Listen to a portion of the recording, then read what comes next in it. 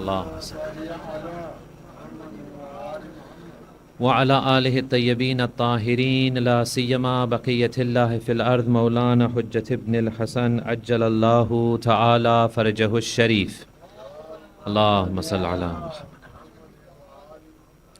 ولعنة الله على أعدائهم أجمعين من الآن إلى قيام يوم الدين. أما بعد، فقد قال الله سبحانه وتعالى في قرآنه المجيد: بسم الله الرحمن الرحيم ولولا دفع الله الناس بعضهم ببعض لفسدت الأرض ولكن الله ذو فضل على العالمين. صدق الله العلي العظيم. بر محمد وآل محمد صلوات. Allahumma salli. Respected scholars, elders, brothers and sisters, mu'mineen and mu'minat, these lectures are titled Yearning for Imam Zaman. We have structured them in order to remember Imam Zaman, feel attachment to him, and hopefully that we please him in some way by remembering him and by celebrating his wilayah and the wilayah of Ahlul Bayt. This is a fundamental part of these lectures. We discussed the concept of istirar, we discussed what it means, we discussed its different dimensions. Then we came on to the discussion around the life of the Imam, that the primary characteristic which I want you to bear in mind is that the Imam is alive, very much immediate and in a very much real sense Imam is alive. And we presented a few proofs for that. And today, inshallah, we'll conclude that discussion, and then tomorrow we will answer a new question. The new question is this: what is the difference between Imam Ghaib and Imam Hadir? What is the difference between Imam being behind the curtain of occultation as opposed to Imam coming out of occultation and into the open and declaring himself to the world? What is the difference? And we'll approach that from a very special angle, which is also one of the characteristics of Imam Zaman, and that is that he is the manifestation of the mercy of Allah subhanahu wa ta'ala and what that means. But that is inshallah for tomorrow. Regarding today's discussion, we have one more proof which I wanted to discuss regarding why Imam must be alive. Why is it not acceptable for us to say that no, it's okay, in the future he'll come, therefore in the future he can be born? It doesn't matter if he's alive right now or not. We have nullified that concept from a number of angles. Today, one more with the barakat of salawat ala Muhammad wa ali Muhammad. There is a chapter in the Quran which the fifth Imam has said that use this chapter to prove and to confirm our wilayah. When those who don't believe in the wilayat of Ahlul Bayt discuss with you, then use this chapter to debate with them and discuss with them. And that is which chapter? Surah Inna Anzalnahu fi Laylatul Qadr. Imam Baqir alayhi salam tells us that use this surah to prove and to confirm to those who don't believe in our wilayah that yes, wilayat is a reality and it has to be there. How? First of all, look at the words being used. Tanazzalul malaikatu war-ruh. Tanazzalu is a present tense verb. What it means is angels descend. Not that they once upon a time descended, not that their descent has stopped. It is saying to us that every year this phenomenon takes place, this Laylatul Qadr takes place, hence every Ramadan the whole Muslim world gets together, we do our amal, whether you're Sunni or Shia, it doesn't matter. Yes, we have slight difference of opinion on which date may be the strongest one. But nevertheless, every Muslim believes that the Laylatul Qadr takes place and we do our a'mal, we do our things, we pray our du'as, etc. Why? Because this is an ongoing phenomenon. Angels descend. So if angels descend, then the question is, where do they descend? Angels are metaphysical, they're non-physical, they're beyond the physical realm. It doesn't make sense when you say angels come down, okay, they descend. It doesn't make sense to think of it in a physical realm with 3 dimensions, for example. It doesn't make sense to say, okay, they come and they walk on the earth. They're metaphysical. Aslan, they don't need earth to walk on. Or we say, for example, they come down and they settle in trees. That doesn't make sense because they don't need trees. Trees are physical, these are metaphysical. So where do they descend? Well, they have to descend on something which is of the same substance as them. The thing in this world which is the same substance as them, which is also metaphysical, is the ruh of a human being. Okay. So they come to the ruh of a human being. Which human being? Which human being is pure enough, tahir enough, pak enough, that it can actually receive the angels of Allah subhanahu wa ta'ala? Is it mine and yours? Is it someone else's? Whose ruh is there in this time that can stand as, for example, the successor ruh, successor soul to the soul of the Holy Prophet? Who is there? There must be someone. So we say, therefore, there must be in all times an Insaan Kamil, one Insaan Kamil. There must always be a proof of God upon this earth. The perfect human being, the sinless, pure, hearted soul of a perfect human being must be present on the earth for the angels to descend upon. Otherwise it doesn't make sense. Where every year do they descend? They are metaphysical creatures. Rasulullah himself has said, Bal hiya ila yawmil qiyamah. This phenomenon of the angels coming down on Laylatul Qadr, he says, this will continue until the Day of Judgment. Don't think that it was a one-off event. That only once, only one Laylatul Qadr there was, and that it is finished and that's it. No. He says in another hadith that this will continue in Ali alayhi salam and the offspring of Ali alayhi salam. This will continue.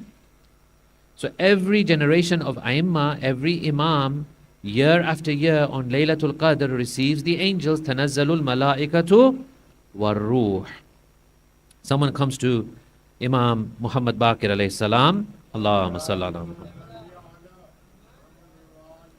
and says to him, Mawla, do you, because there's no clear, definite opinion on which night is the Laylatul Qadr, right? We do 3 nights. It's one of these 3. He says, Mawla, do you know? Okay, maybe you don't tell us, but do you yourself know when Laylatul Qadr is? Imam Baqir alayhi salam replies, how can we not know when on that night the angels are circling around us? They're all around us, they're surrounding us. We are their locus, we are their core, we are their central point where they come to. How can we not know? So this was the Quranic proof to bring us to the end of this discussion of why Imam must be alive. Inshallah, by now, with these 4-5 proofs which we have presented, inshallah you have the belief, the iman, the strength, that if anyone was to challenge you right now, that why do you believe that Imam must be alive? Imam can come at a later stage. You say, look, he's not like a president of the world. He is the link between creator and creation. He is the Babullah, the door of Allah. Quran says so. The names of Allah, we can prove from that. We can prove it from the intellectual proof and the other proofs that we have given, inshallah. Now, once this belief comes into the heart, once this belief sits in your heart, once it has become part of your iman, inshallah, there are a number of implications which come.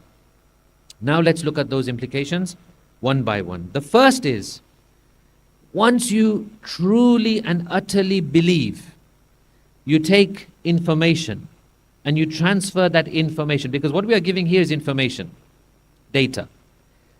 Hopefully it doesn't just remain as information. You take this information, you download, you understand it properly, and then you make it flow onto your heart. Then your heart should be crying out, Imam Zaman, Imam Zaman, Imam Zaman. Every beat of yours should cry out, Imam Zaman. Once you transfer it into your heart, then it has a number of implications. The first implication is this. I have listed 3. There are probably more. Inshallah, you can share with me later your own ideas. The first implication is this. It is a great source of encouragement and support for the mu'mineen. Imam is there. Anything which happens, Imam is there. Any problem which arises, Imam is there. Someone comes to Amirul Mu'mineen. He says, oh Imam, why do you impose on yourself such difficulties? Amirul Mu'mineen, if I were to tell you about the difficulties of the life of Amirul Mu'mineen, you would cry. Believe me, you would cry. If we were to express the life which Amirul Mu'mineen had, you would weep. Amirul Mu'mineen, in one of his khutbahs, he says, I feel so shy of the patcher. Because why? Amirul Mu'mineen's clothes, he wouldn't buy new clothes. He would take his old clothes which had been torn, for example, over time, and he would go and get them patched up. He said, I now feel shy of the patcher. Because he will say to me now, Amirul Mu'mineen, there is no more room for me to patch. I have put so much patches in your clothes, now where do I patch now? So someone asked him, why do you impose on yourself such restrictions, so many hardships, if you like, if you want to put it in those terms? Why do you put on yourself so many hardships and difficulties? He says, I don't want anyone of my ummah to ever say that their Mawla and their Imam led a better life than they did. I want them to feel this tandak, this coolness. I want them to feel that my Mawla, the great, great Amirul Mu'mineen, we are not even the khake pa of Amirul, we are not even the dirt on the feet of Amirul Mu'mineen. My great Mawla Amirul Mu'mineen led a life worse than me. So this is a source of encouragement and support, that your Imam is there with you. Whatever you're going through, he's going through it. Whatever you're feeling, he's feeling it. Whatever sorrows you have, he's feeling for you. He's there to support you. He's praying for you. Imam Ali alayhi salam had a companion called Rumayla. I think we mentioned this in one of the previous lectures. Let me just repeat it again very quickly. Rumayla was struck with fever. A number of days he was in his home recovering. On the day of Jummah, on the day of Friday, he says to himself, I want to go and hear the khutbahs of Amirul Mu'mineen. He was feeling a bit better. He goes. During the khutbahs, all of a sudden, the fever returned. And he started feeling very uneasy. Afterwards, Amirul Mu'mineen says, what happened to you? He says, Mawla, my fever returned, but how did you know? And these are the words of Amirul Mu'mineen. Ya Rumayla, O Rumayla, let me tell you something. Laysa min mu'minin, there is no believer. There is no believer. Yamradu ila maridna li maradhihi. There is no believer who suffers an illness except we become ill due to his illness. He doesn't feel an illness except that we feel it with him. Wala yahzanu illa, and he doesn't feel any grief except that we grieve with him. Azizan, your Imam is grieving with you. Your Imam feels for you. He's there for you. Wala yad'u illa ammanna. No mu'min raises his hands in dua except when he recites his dua, we say Ameen. We tell Allah, Allah, Khudaya, answer his prayer. We are supplicating with him. We are supporting his dua. وَلَا يَسْكُتُ إِلَّا دَعَوْنَا لَهُ. And no mu'min chooses to remain silent. Silence is a virtue, by the way, in Islam. There is no mu'min who chooses to remain silent except that during his silence we pray for him. This is the words of Amirul Mu'mineen. How beautiful that is, that this Imam, our living Imam, Daste Rahmat-e Khuda, the hand of mercy of Allah, which we're going to discuss tomorrow more. This hand of mercy of Allah is with us. He supports us. He's there with us. Don't believe anything you do is without the observation of Imam Zaman. Don't believe any grief and hum and gham which comes to you is without the observation of Imam Zaman. He's with you. Imam Zaman himself says, Ajjalallahu ta'ala farajahu sharif, Allahumma salli ala Muhammad. He himself says, فَإِنَّا نُحِيتُ عِلْمًا بِأَنْبَائِكُمْ. We have encompassing knowledge of your news. We know what's happening to you. Don't think you're without any supporter. وَلَا يَعْزُبُ عَنَّا شَيْءٌ مِّنْ أَخْبَارِكُمْ. Whatever is happening to you, nothing is hidden from us. We receive all the news. We know what's going on. We know what you're going through. We know your griefs and your happinesses. Inna ghayru muhmalina limura'atikum. We have not done any shortcomings in looking after you. Khudaya, Khudaya. What Ahlul Bayt you have given us, Khudaya. What A'imma alayhimus salam you have given us. He says, we have not done any shortcomings. We have not done any kutahi in looking after you. We've been looking after you. Wala nasina li dhikrikum. And we don't forget you, we remember you. Khudaya, our Imam remembers us.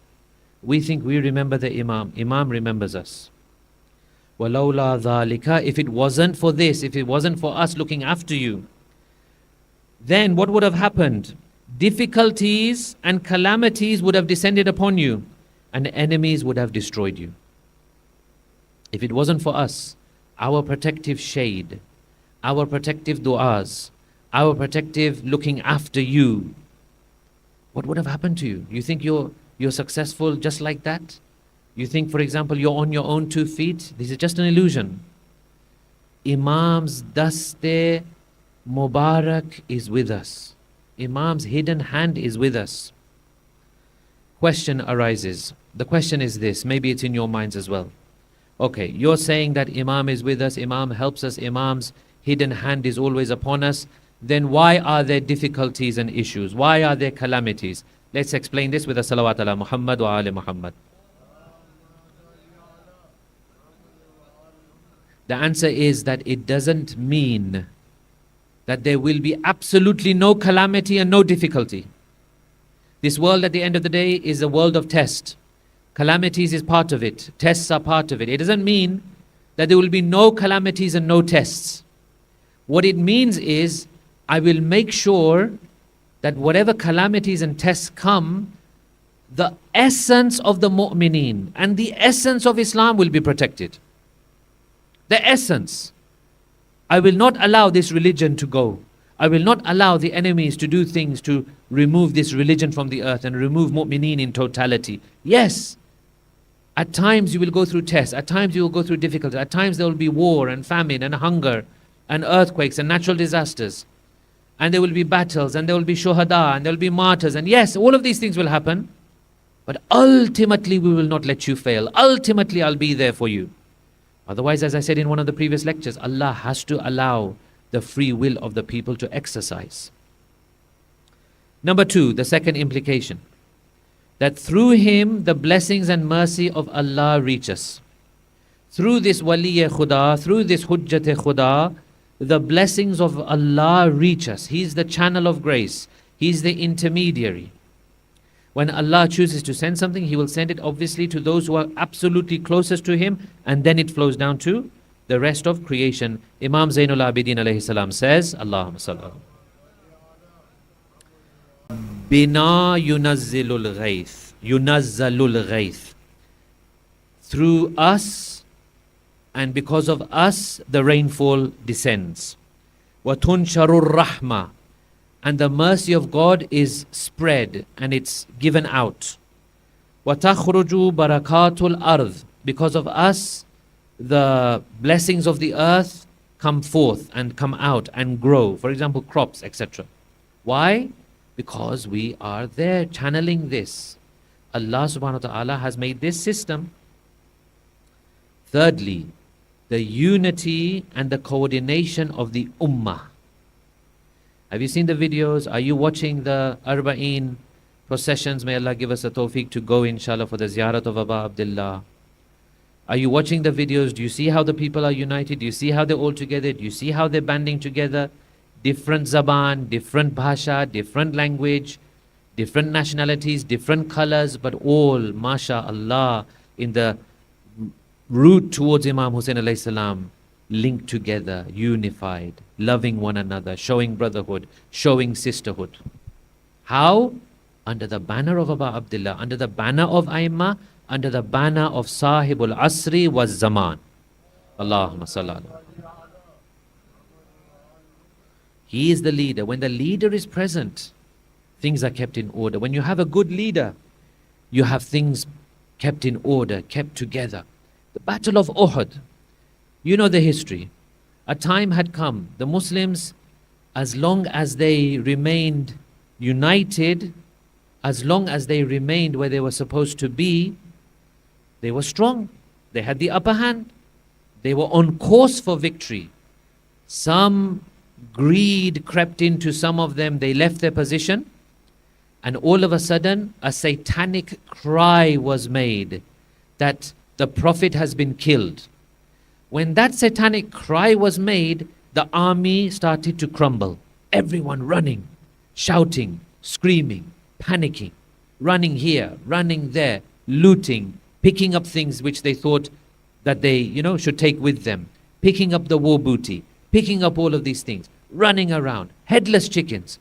As soon as the second cry was made, that no, the Holy Prophet is not martyred, he is alive, and here he is, and rally around him, they all came back together. Why? Strength of Rasulullah. Today, unity, what is keeping us together, the fabric of the community is what? It is the presence of the Imam. It is the presence of the Imam, yes. Absolutely, I know what you're thinking. You're going to say, for example, that still we have disunity. I know we have some disunities, but generally I'm speaking, in a general sense. Generally speaking, we can rally around this Wali-e Khuda. We can come together on the name of Imam Zaman. We can come together to celebrate and to commemorate the awliya of Allah. How does it bring us together? How does it give us strength? Wali-e Khuda, him being there, him being alive, him being in this world has an amazing effect. Now we go on to another slight tangent. On this same theme of Imam Zaman is alive. Hadith from Imam Jafar Sadiq alayhi salatu wassalam. Allahumma salli ala. This hadith is mahshar. This hadith is qayamat. If you understand this hadith, many things will open for you. If you can thread the dots of this hadith together, many things will open for you, inshallah. Sixth Imam says the following: Inna Allaha yadfa'u biman yusalli min shi'atina amman la yusalli min shi'atina. Surely Allah protects, defends.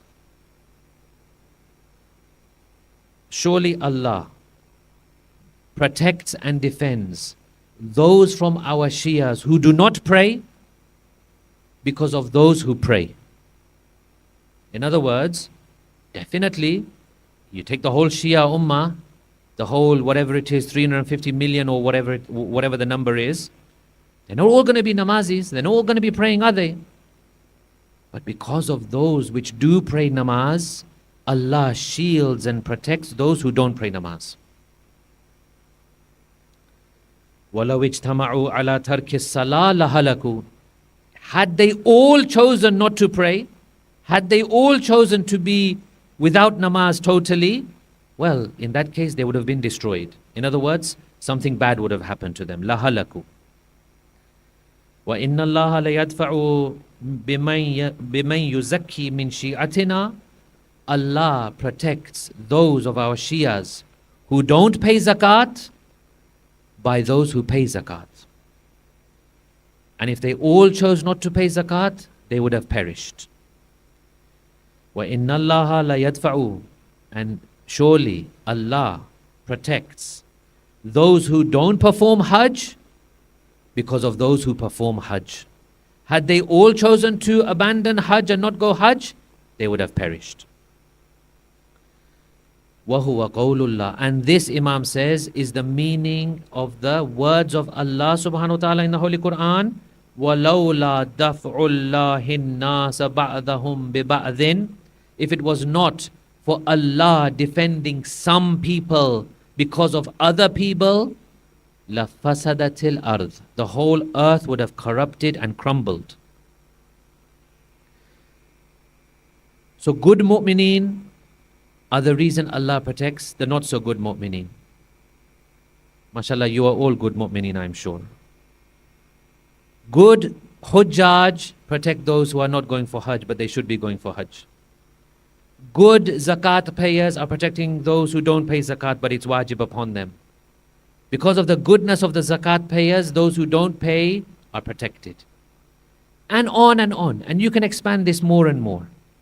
That wherever there is a good mu'min doing his fara'id, doing his wajibat, doing all the things that he should do, and there's another mu'min who is not doing it, then yes, Allah, because of the barakat of some people, protects the other people. Because of the barakat of some people, He protects the other people. Now I ask you a question. If with a mere good mu'min, Allah protects other people, then what is the effect of the barakat of Imam Zaman in this world? If with a normal, good, muttaqi, neck, mu'min, Allah protects other mu'mineen because of his a'mal, other people become safe because of his namaz, his roza, his hajj, his zakat, his khums, his jihad. If that is the case, that one mu'min can protect other mu'mineen who are not as good, for example, what is the effect of having waliy khuda, waliyullah al-a'zam in the world? How many bala, how many calamities, how many things would have come to us if it wasn't for Imam Zaman?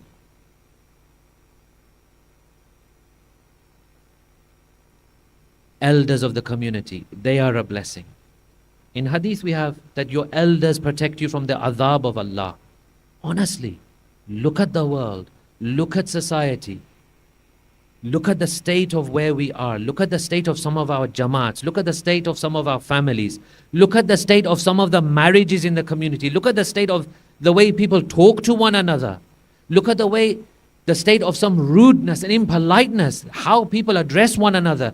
You would think this qualifies for the azab of Allah. But because of those special people, it is averted.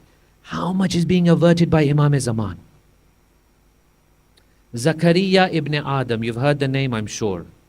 Zakaria ibn Adam was a close disciple of 8th Imam, Imam Ali Rida alayhi salatu wassalam. He writes to Imam Rida, he says, Zakaria ibn Adam was based in Qum. At that time, Qum is not what Qum is today. Qum today, mashallah, what a spiritual place, full of very, very amazing personalities. May Allah bless them all. Protect Qum, protect Islamic Republic of Iran, protect our ulama, inshallah. Qum, during the time of Zakaria ibn Adam, some unsuitable, let's put it in a polite way, some unsuitable people had moved to Qum. And they had spoiled their environment. They were spoiling their environment. Zakaria ibn Adam writes to Imam Rida. He says, "Oh Imam, I want your permission. May I leave Qum? Some people are here who are unsuitable. They are behaving in ways which I don't like. If you agree, if you give me permission, let me leave Qum." Imam writes to him, "La taf'al." Don't do that. Why? Because with your presence in Qum, Allah is averting, Allah is putting away, Allah is moving away His punishment from the people of Qum because of you. You are there. Because of you, Allah is averting His punishment.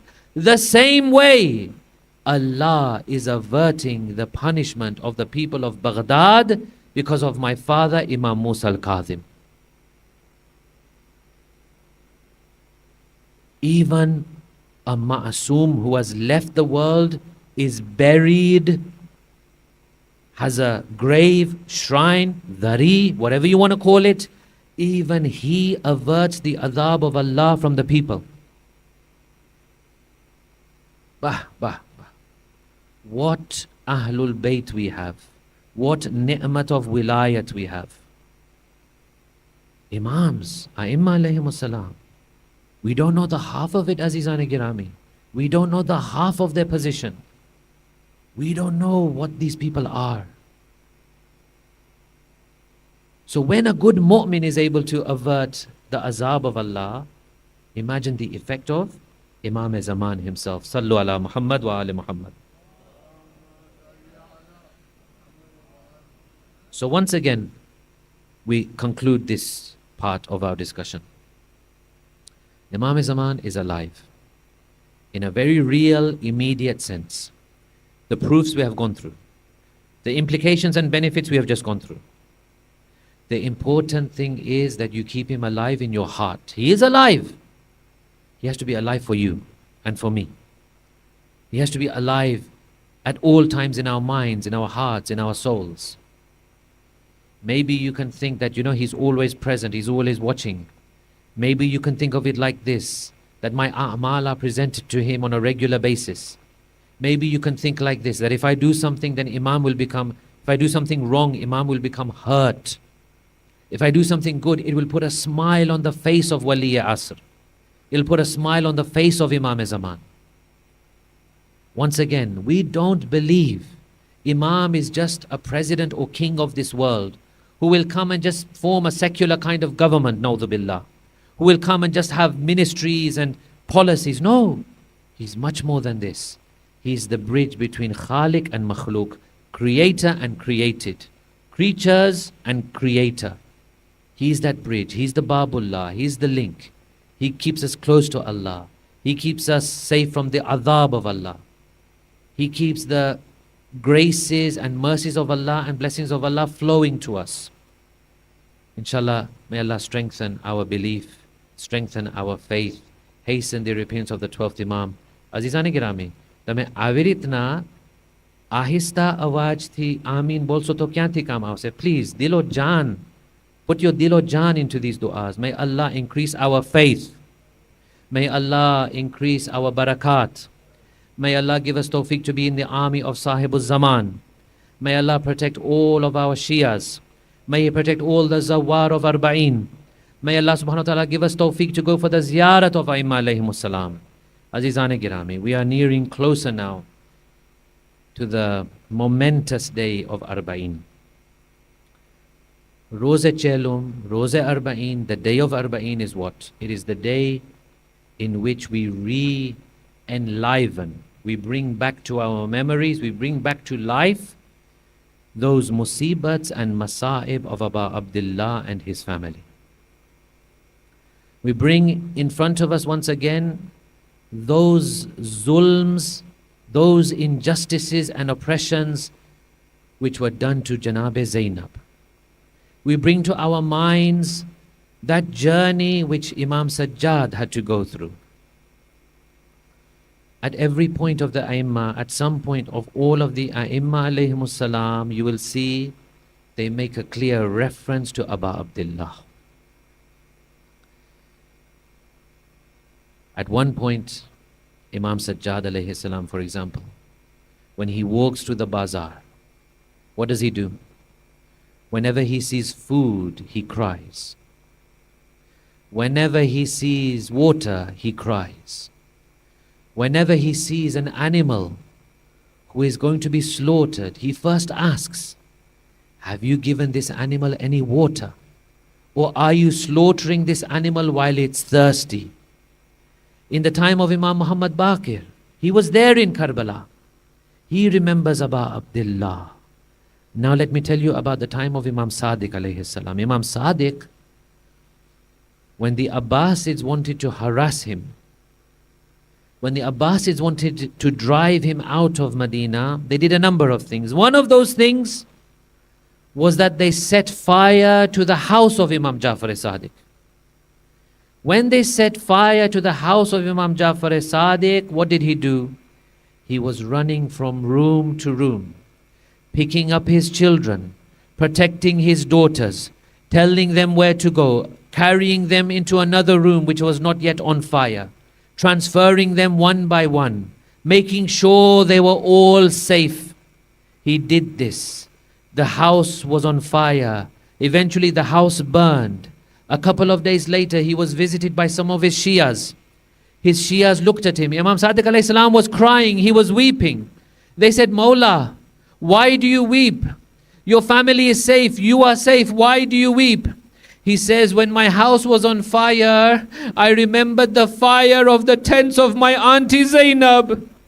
when I was transferring my daughters from room to room, when I was carrying them and I was protecting them, I remembered Sham-e Ghariban, how my auntie Zainab was running from tent to tent, protecting the children of Aba Abdullah, protecting the children of Ahlul Bayt. This is why I am crying. Allah la'natullahi al-qawmi al-zalimeen, Matam Hussain.